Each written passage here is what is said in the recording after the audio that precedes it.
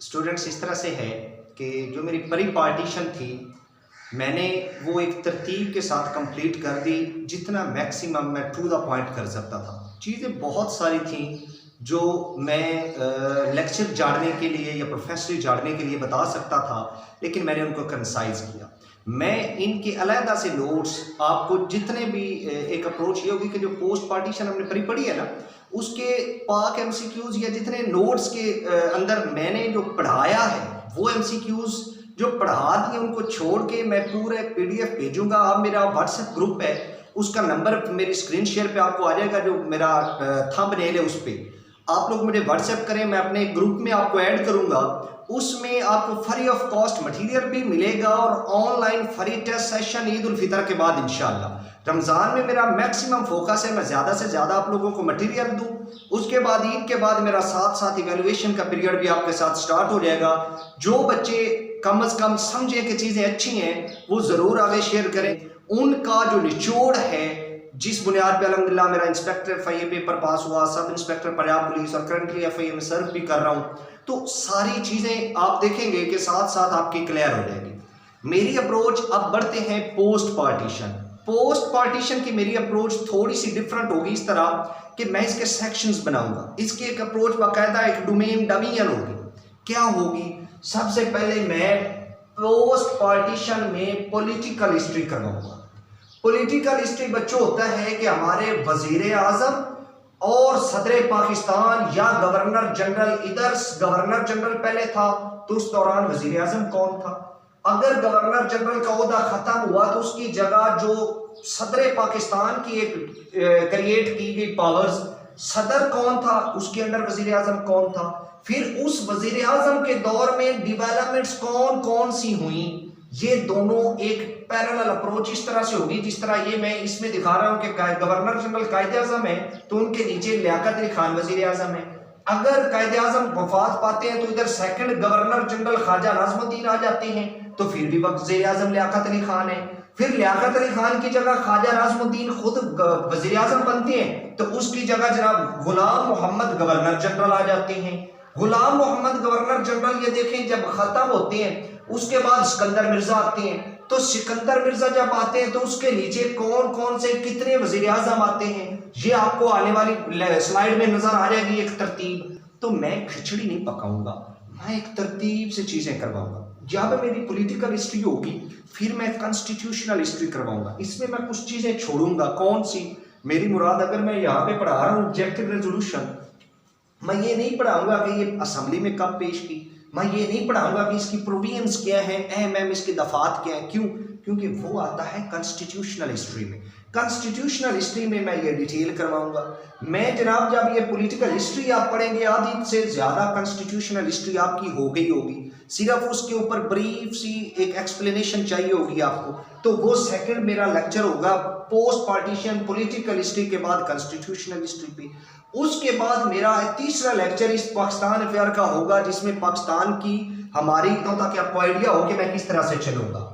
तो ये देखें जी, गवर्नर जनरल पहले हैं कायदे आज़म मोहम्मद अली जिन्ना पाकिस्तान के 1947 से 1948 तक। इस दौरान इधर वजीर आजम कौन है? लियाकत अली खान, जो कब आए 1947 में कायदे आज़म के साथ, पहले प्राइम मिनिस्टर ऑफ पाकिस्तान 1951 तक। अब देखें 1951 तक ये है, इनका 1948 है। 1948 में इनकी वफात के बाद दूसरे नाज़मुद्दीन आगे गवर्नर जनरल।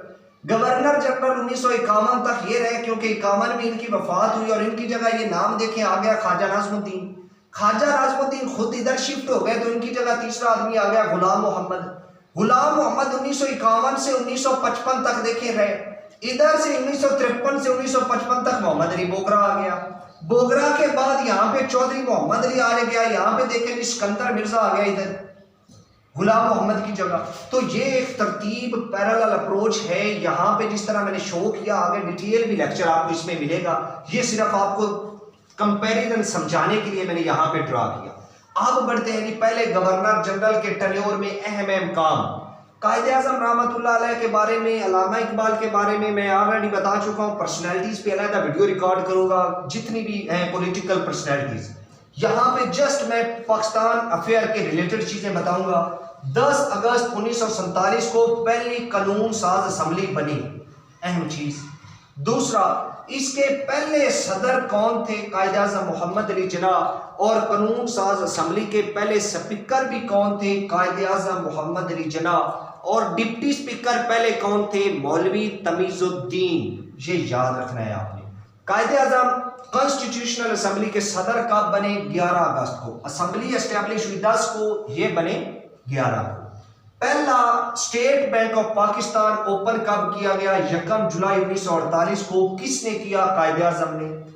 1 अप्रैल 1948 को कायदे आज़म ने पानी का मसला इंडिया के साथ छिड़ गया तो उसके हल के लिए एक कमीशन भेजा। किसकी सरबराही में? मोहम्मद अली की सरबराही में। ये याद रखना है। और मुहाजिरीन का मसला कायदे आज़म की मौजूदगी में था तो उन्होंने 1948 जो है उस दौरान मिनिस्ट्री ऑफ इमिग्रेंट्स या माइग्रेंट्स या रेफ्यूजीज उनकी बना दी।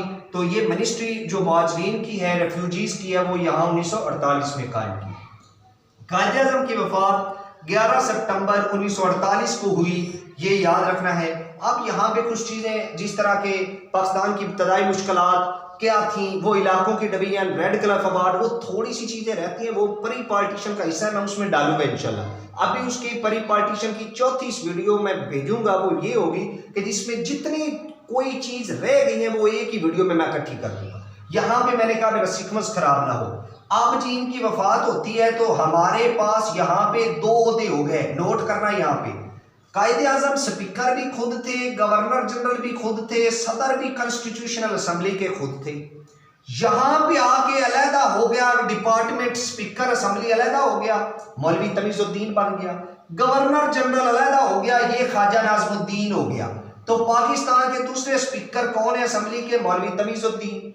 दूसरे गवर्नर जनरल कौन है? ख्वाजा नाज़मुद्दीन। तो इनके अब गवर्नर जनरल होते हुए काम कौन नीचे कर रहा है? लियाकत अली खान। तो इनका अगली स्लाइड में आपको नजर आ जाएगा कि जब ये वजीर आजम होंगे तो उसका इस तरह डिटेल मैंने बताई है। जब ये गवर्नर है तो ये आजकल के सदर की तरह टूथलेस होके पड़े हैं। तो अब हम बढ़ते हैं जी लियाकत अली खान की तरफ।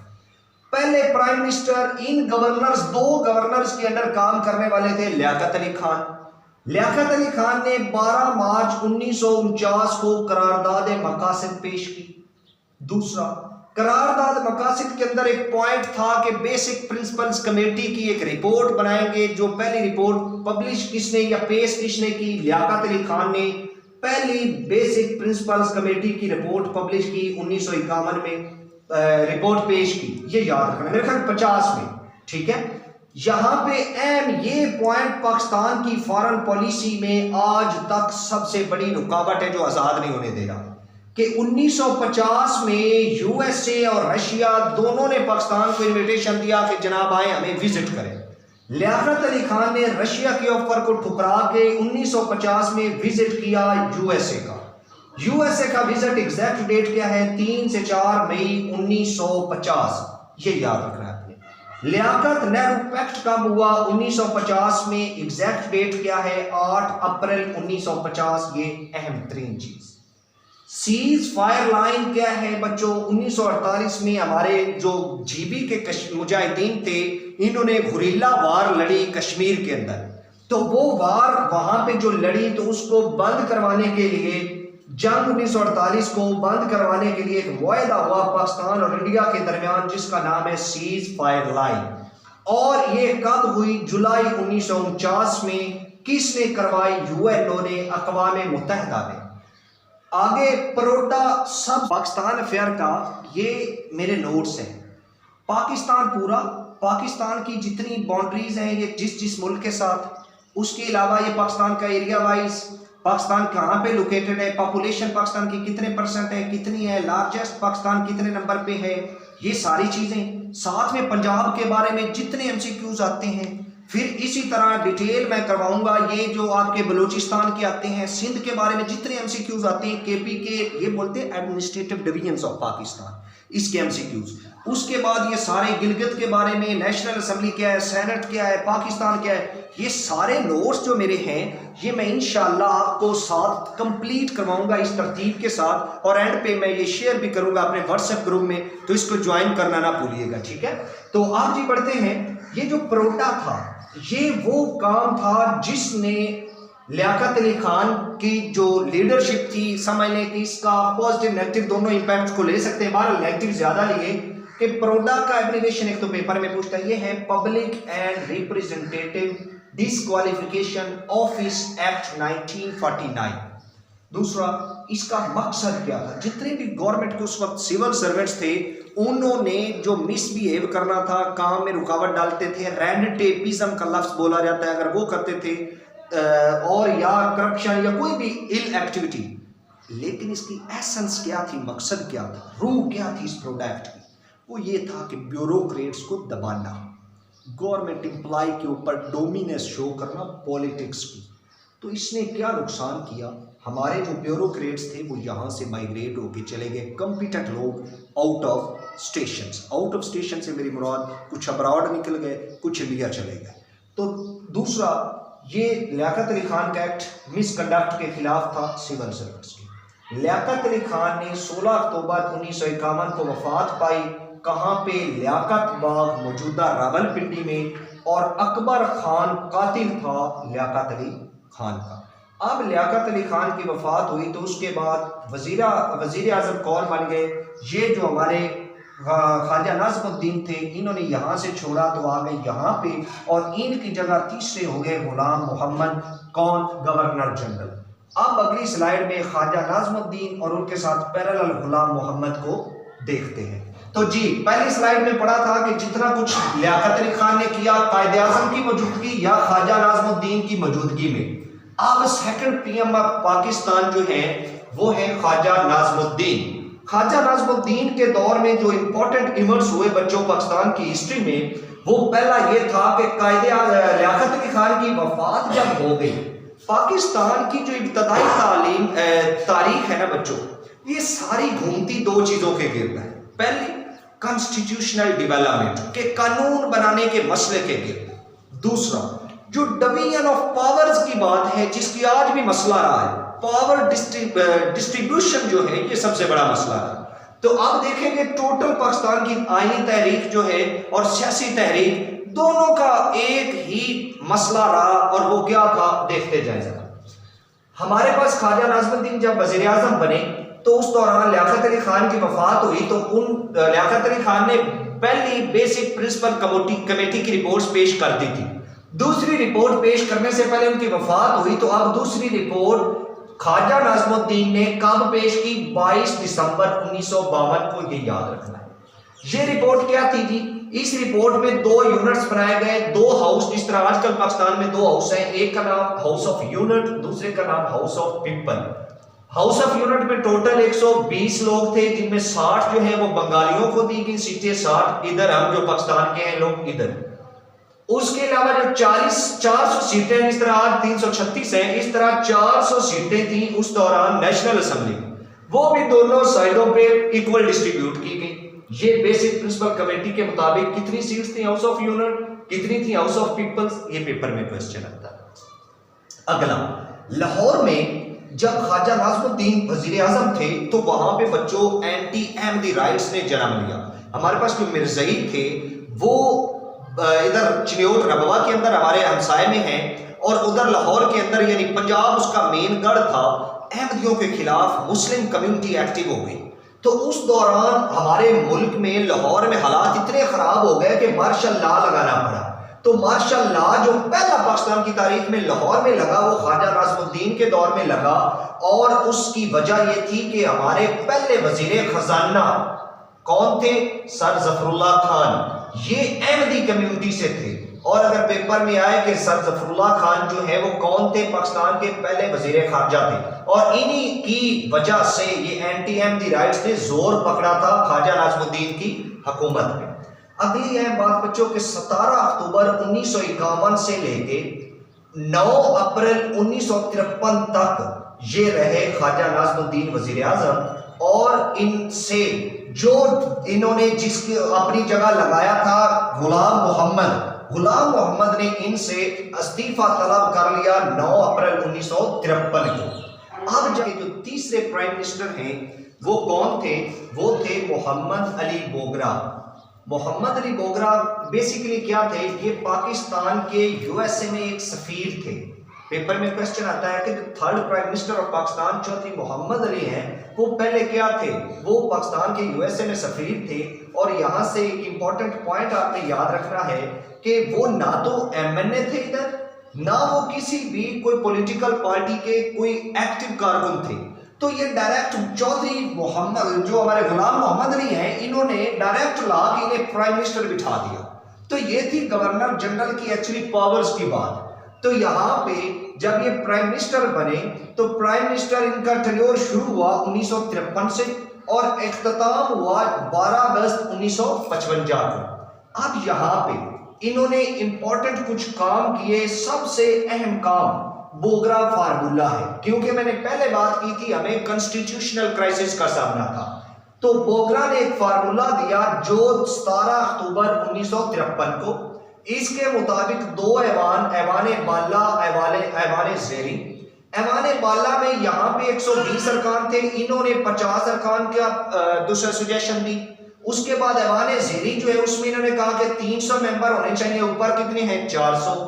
अगली बात इन्होंने यहाँ पे तकसीम जिस तरह से की, वो यहाँ पे देखें कि मगरबी पाकिस्तान और मशरकी पाकिस्तान के लिए जो फार्मूला था बोगरा फार्मूला में सीटों की तकसीम का, वो ये था कि ऐवान बाला में 40 मगरबी पाकिस्तान से होंगे, 10 मशरकी पाकिस्तान से। ज़ेरी जो ऐवान है 135 मगरबी पाकिस्तान से, 165 मशरकी पाकिस्तान से। मीज़ान कितना होगा कि दोनों तरफ तकसीम सेम थी। ठीक है, यहाँ पे क्लियर हो गया होगा आपको कि कौन सा किस में। ये पेपर में एमसीक्यूज जब पीएमएस लेवल का जीके दे रहे होते हैं तो उसमें ये चीजें ज्यादा आती हैं। मैं डिटेल इसलिए ले रहा हूं ताकि बच्चों का पाकिस्तान की पोस्ट पार्टीशन तरतीब से आज तक मुझे इस तरह एक लेक्चर नहीं मिला। तो मैंने जो जिस हिसाब से चीजें तैयार की थी तो उस हिसाब से इनको लेके चलने की कोशिश कर रहा हूं। अब यहाँ पे एक पॉइंट और के सीटें थी डिफरेंट। तो इस दौरान इन्होंने कहा कि कोई भी फैसला अगर होगा तो दोनों ऐवान जो हैं, दोनों ऐवान और दोनों साइड्स इधर से 30-30 वोटों का होना जरूरी है। उसके बाद ही कोई आगे ये डेवलपमेंट हो सकती है किसी भी पॉलिसी पे। अगली है बात, अब जब इन्होंने मोहम्मद अली बोगरा ने फार्मूला दिया, हमारे जो पहले अभी आज जिस तरह मार्शल लॉ हमने हमेशा से एक मिलिट्री कोड का सामना रहा, यहाँ पे जो गुलाम मोहम्मद है उन्होंने देखा कि ये तो थोड़ा सा जो हमारी पॉलिटिकल इंस्टेबिलिटी थी, स्टेबिलिटी आ नहीं थी। तो इसको देखते हुए इन्होंने डायरेक्ट जनाब अपनी पावर्स को इस्तेमाल करते हुए 1954 में 24 अक्टूबर 1954 को पाकिस्तान की पहली दस्तूर साज असेंबली तोड़ दी। कब पहली दस्तूर साज असेंबली खत्म हुई? ये 24 अक्टूबर को। बनी कब थी? 11 अगस्त 1947 को, जब कायदे आजम ने हलफ उठाया था। अगली बात कि मौलवी तमीजुद्दीन इसके अब स्पीकर असेंबली थे। तो इन्होंने क्या किया, ये second speaker assembly of Pakistan कौन थे? मौलवी तमीजुद्दीन। पहले कौन थे? कायदे आजम मोहम्मद अली जिन्ना। तो मौलवी तमीजुद्दीन ने क्या किया, सिंध हाई कोर्ट में चैलेंज कर दिया। ये पॉइंट बच्चे ध्यान से समझे, जो पाकिस्तान की तारीख को या आजकल जिस तरह पाकिस्तान में सुप्रीम कोर्ट की पावर्स, या उसके अलावा सुप्रीम कोर्ट की 100 वोटो पावर्स, या उसके अलावा पंजाब असेंबली रेजोल्यूशन का मसला परवेज इलाही वाला, या प्राइम मिनिस्टर इमरान खान ने जो रात के 11 बजे असेंबली डिसॉल्व की उन पे फैसला, ये सारे फैसले आज नहीं बच्चों, पाकिस्तान को पहले दिन से पावर्स डिस्ट्रीब्यूशन का मसला रहा। क्यों रहा? आप तारीख से ये एविडेंस लेते हैं। तो तारीख कहती है कि सिंध हाई कोर्ट में मौलवी तमीजुद्दीन ने फैसला चैलेंज कर दिया। सिंध हाई कोर्ट के जो चीफ कोर्ट के जज थे उन्होंने फैसला दिया मौलवी तमीजुद्दीन के हक में। उन्होंने कहा जी असेंबली तहरीर ना करें, बहाल कर दें। अब इस फैसले को गवर्नर जनरल ने चैलेंज कर दिया। कहां पे? जिस तरह हम हाई कोर्ट से सुप्रीम कोर्ट जाते, वफाक की अदालत में इन्होंने चैलेंज कर दिया। वफाक की अदालत में जो 1-4 के फैसले, ये इंपॉर्टेंट है। आजकल भी वो कहते नहीं है कि इलेक्शन कमीशन का जो फैसला उस पर 3-2 की राय है, कोई कहता है 4-3 की राय है, कोई कहता है 5 का बेंच बनाए जी तो 5 में से 1 अलहदा हो गया है। तो ये पहले से बेंच बनते आ रहे हैं। वफाकी अदालत में अपील की गवर्नर ने, तो 1 के मुकाबले में 4 के फैसले से फैसला गवर्नर के हक में आया। जब गवर्नर के हक में आया, दोबारा असेंबली रिवर्स होगी। अब ये जो फैसला आया इसमें पॉइंट था वो एक जस्टिस का नाम आज भी वो हमारे एतजाज चौधरी साहब जो जस्टिस पाकिस्तान के बहुत बड़े लायर हैं वो रेज करते हैं पॉइंट कि जस्टिस मुनीर और जस्टिस कयूम उनके नाम आते हैं। तो ये तारीख में एक एविडेंस है, मैं उसको पुट कर रहा हूं कि अदालत ने कहा, जो फैसला जिस बुनियाद पर दिया वो क्या था कि अदालत ने कुछ नहीं नया फैसला नहीं दिया था। उन्होंने कहा कि असेंबली तोड़ने का अमल दुरुस्त नहीं ना गलत, बल्कि उन्होंने साफ कहा कि सिंध चीफ कोर्ट जो है वो गवर्नर को एडवाइस नहीं जारी कर सकता। जिस तरह कहते हैं कि गवर्नर जो है उसको डायरेक्ट सदर वजीर आजम की एडवाइस के अलावा आजकल रिमूव नहीं कर सकता, बिल्कुल इसी तरह ये उन्होंने सिंपल पॉइंट दे के फैसला रिवर्स कर दिया वफाकी कोर्ट में कि जी चीफ कोर्ट गवर्नर को डायरेक्ट एडवाइस नहीं दे सकता। तो इस बेस पे ये फैसला था। और अगली है बात कि हमारे पास उसके जो जस्टिस मुनीर है उन्होंने इंडियन एक्ट 1935 की दफा 203 अलिफ इसकी बुनियाद पे सिंध कोर्ट के इख्तियारात के मामले को वज़ा किया। और दस्तूर साज असम्बली जो है ये हमेशा से पाकिस्तान के अंदर ये तसर दिया गया कि ये आज़ाद नहीं है जिस तरह आज मसले हैं। तो ये थोड़ा सा तारीखी लिहाज से एक डिबेट थी। अगली बात कि हमारे पास पहली असम्बली डिसॉल्व होने के बाद दोबारा बहाल हुई। बहाल कब हुई ये याद रखना है, ये हुई 7 जुलाई 1955 को। इसके फिर असम्बली के जो स्पीकर बने कौन बने, मौलवी तमीजुद्दीन। और अगली है बात बच्चों कि हमारे पास ये जो असम्बली बहाल हुई उसमें अब कोई भी जमात मेजर मेजोरिटी नहीं रखती थी।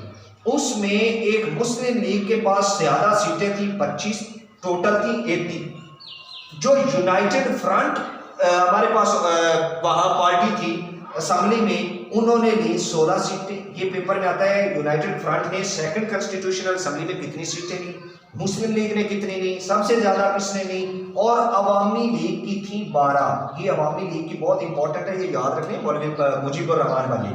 तो ये इसके सरबराह हुसैन शहीद सहरवर्दी जो आगे जाके पाकिस्तान के क्या बनते हैं, वजीर आजम भी बनते हैं, लेकिन उससे पहले चौधरी मोहम्मद अली आते हैं, उनके बाद ये बनते हैं। ये जो हुसैन शहीद सहरवर्दी थे ये बंगाली थे और इन्होंने एक मुसवदा दिया 1 यूनिट का। किसके दौर में, ये मोहम्मद अली बोगरा के दौर में। तो उन्होंने 1 यूनिट कब दिया ये पॉइंट याद रखना है, 30 सितंबर 1955 को। एक्चुअली मुसवदा तैयार करने वाले कौन थे, हुसैन शहीद सहरवर्दी। वजीर आजम उस वक्त कौन थे, मोहम्मद अली बोगरा। ये बच्चे अक्सर समझते हैं दिया था बोगरा ने फार्मूला, नाम उसका बोगरा था, प्रेजेंट उसे बोगरा ने दिया, तैयार उसे हुसैन शहीद सहरवर्दी ने किया। और इसके मुताबिक 2 हिस्से बने, मशरकी पाकिस्तान और मगरबी पाकिस्तान। हमारे पास जो मगरबी पाकिस्तान है उसका पहला गवर्नर वहां पे लगाया मुश्ताक गरबानी को, ये बड़ा अहम एमसीक्यूज है। और उसका पहला सीएम लगाया डॉक्टर खान मोहम्मद को। ये थे हमारे मोहम्मद अली बोगरा के दौर में इंपॉर्टेंट इवेंट्स। अब मोहम्मद अली बोगरा जब असम्बली में वाज़ेह अक्सरियत नहीं रही थी तो उसके नतीजे में इनकी जगह नया वज़ीर आज़म बना दिया गया चौधरी मोहम्मद अली। चौधरी मोहम्मद अली, अब अगली स्लाइड में उनके टेन्योर को और हुसैन शहीद सहरवर्दी को साथ में हमारे इधर से तब्दील हो जाएंगे गवर्नर जनरल। गवर्नर जनरल इधर आ जाएंगे सिकंदर मिर्जा। सिकंदर मिर्जा गवर्नर जनरल आके यहाँ पे टेन्योर ही खत्म कर देंगे और सदर का जो ओहदा है वो शुरू होगा। तो अब बढ़ते हैं अगली स्लाइड की।